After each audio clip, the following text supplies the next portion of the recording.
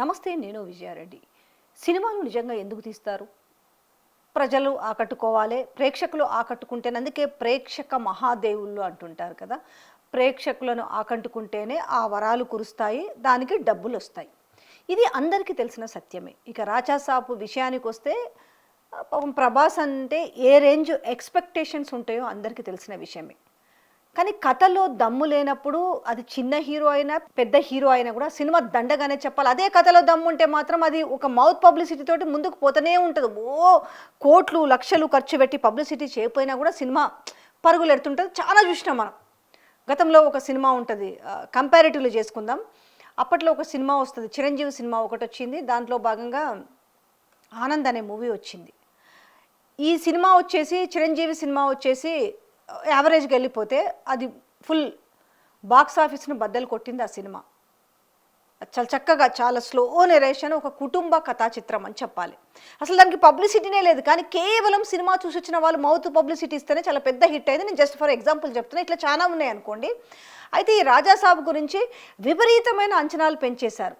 ఒక pan India star ఆయన నిజంగానే, అంటే మారుతి గతంలో తీసిన కొంచెము హర్రర్ కామెడీ పిక్చరు ఏదో ఒకటో రెండో ఉన్నాయి కాబట్టి కనీసం యావరేజ్ అన్నా హిట్ ఉంటుంది అనేసి అనుకున్నారు. అందులో సంక్రాంతి ముందు సినిమా రిలీజ్ అవుతుందంటే అసలు మామూలుగా సంక్రాంతి పండుగ అంటేనే ఆనందం. మీకు అలాంటిది తమ అభిమాన హీరో సినిమా అంటే ఎంత ఆనందం ఉంటుంది చెప్పండి. కానీ ఏమైంది? ప్రేక్షకుల మాట పక్కన పెడితే ఫ్యాన్స్ను కూడా ఆకట్టుకోలేకపోయింది ఆ సినిమా అనేది. అంటే కొన్ని కొన్ని జుగుప్సాకరమైన ఆ కామెడీ పండించే విషయంలో ఎంత వెర్రితలలు ఎక్కిందనే విషయం గురించి కూడా మాట్లాడుకుంటున్నారు. అయితే ఇందులో టోటల్గా ఈరోజు అంతా కూడా కర్త క్రియ కర్మ అంతా కూడా మారుతిదే తప్పు. మారుతి పారిపోయింది. ఎందుకంటే ఒక సినిమాని హైప్ చేయడానికి నిజంగా సినిమాలో దమ్మున్నా లేకపోయినా అందరూ కూర్చొని, అంటే హీరో కావచ్చు, ప్రొడ్యూసర్ కావచ్చు, డైరెక్టర్ కావచ్చు, అందరూ కూర్చొని ఆ సినిమాని ప్రీ రిలీజ్ ఫంక్షన్లో ఇక మైక్ ఉంది కదా అని ఏది ఇష్టం వస్తే అది మాట్లాడతారు. ఒక్క సీన్ బాగాలేకపోయినా నా ఇంటికి రండి, నా ఆఫీస్కి రండి అనేసి మారుతి ఛాలెంజ్ చేసిండు. ఈరోజు అడ్రస్ లేకుండా పారిపోయింది అనేసి మనము చూస్తున్నాం. బట్ మారుతి ఒకవేళ అంత హైప్ క్రియేట్ చేసినప్పటికీ ఒక డైరెక్టర్గా హీరోకి కూడా ఉండాలి కదా, ఈ సినిమా నాకు సూట్ అవుతుందా లేదా కథ ఎంచుకునే ముందు. అంటే ఈరోజు హీరోలు కూడా అంటే ఒక మాట ఏదైనా స్ట్రైట్గా మాట్లాడితే మన బాధ కోపం రావచ్చేమో, కానీ ఈరోజు 100 కోట్ల రెమ్యునరేషన్ తీసుకుంటున్నారు హీరోలు. నటివేంద్ర ప్రభాస్ కావచ్చు, చిరంజీవి కావచ్చు, లేకపోతే మహేష్ బాబు కావచ్చు, ఇంకొకరు కావచ్చు. నిజంగా సినిమాలంతా దమ్ముందా? ఇవాళ ఏమీ లేని ఇంత డిజాస్టర్ అయిన సినిమాకి 300-400 కోట్లు పెట్టారు అనేది ఒక డిస్కషన్ జరుగుతున్న నేపథ్యంలో ఇందులో హీరో రెమ్యునరేషనే 30% పోతే 1/4 సినిమాకి పెడుతున్నారు కదా. హై ఎక్స్పెక్టేషన్స్, 100,000 కోట్లు సినిమాలకు పెట్టుడు, ఆ సినిమాలకు డబ్బులు రాకపోవడు. ఇక ఈ నేపథ్యంలో అందులో ఒక సీన్లో ఏంట్రా బాబు నాకేం అర్థం కావట్లేదని ప్రభాస్ జుట్టు పీక్కుంటుంటాడు కదా. నిజంగా ప్రభాస్కు తెరలోనే కాదు, తెర వెనకాల కూడా జుట్టు పిక్కున్నాడేమో అనడానికి కనిపించలేదా సినిమాని చూస్తే? బట్ ఈరోజు ఓన్లీ మారుతినే ఇందులో కార్నర్ చేస్తున్నారు. కానీ మారుతి కూడా ఆలోచించుకోవాల్సింది ఏంటంటే, ఇంత పెద్ద హీరో అవునన్నా కాదన్నా పాన్ ఇండియా స్టార్ కాబట్టి ఏ రకమైన కథతోటి ముందుకు పోవాలా, ఏ కథతోటి మనము కేవలం అక్కడ హీరోని మెప్పిస్తే సరిపోదు కదా.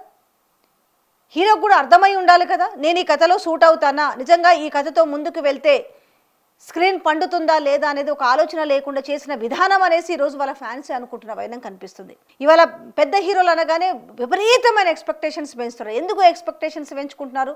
ముందే సినిమాలను అమ్మేసుకోవచ్చు, దాని తర్వాత అది ఆడుతుందా ఆడదా అనే ప్రసక్తే అవసరం లేదన్నట్టుగా బిహేవ్ చేస్తున్న విధానం చూస్తుంటే, ఇవాళ రాజాసాబ్ గురించి మాట్లాడుకుంటే ఇందులో ప్రొడ్యూసర్కి ఏం తక్కువ, చాలా అద్భుతంగా ఆయన డబ్బులు పెట్టాడు, ఎక్కడ కాంప్రమైజ్ కాకుండా అన్నాడు. హీరో చాలా బాగా యాక్ట్ చేశాడు హీరో అంటున్నారు.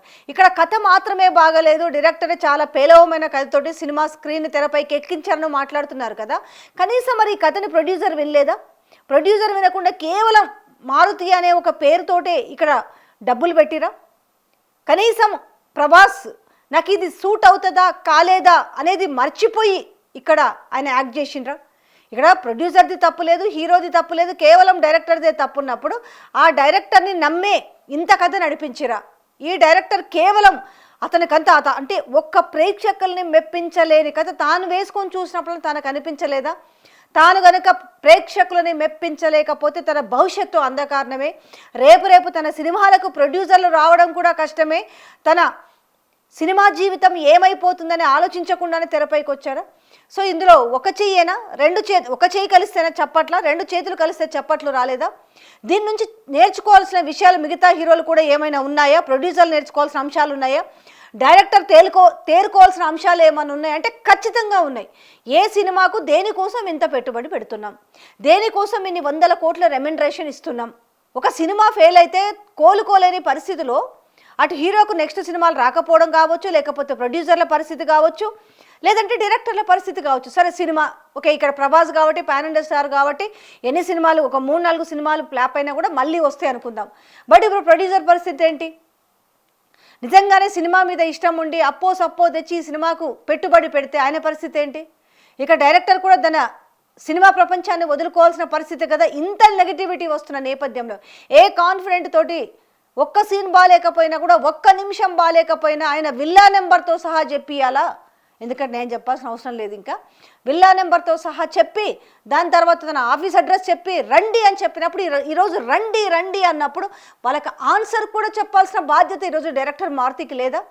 ఈరోజు పారిపోవాల్సినంత అవసరం ఏముంది? ఎదుర్కోవాల్సి ఉండే, లేకపోతే ఒక వీడియో రూపంలో, ఒక ఆడియో రూపంలో రిలీజ్ చేయాల్సి ఉండే కదా.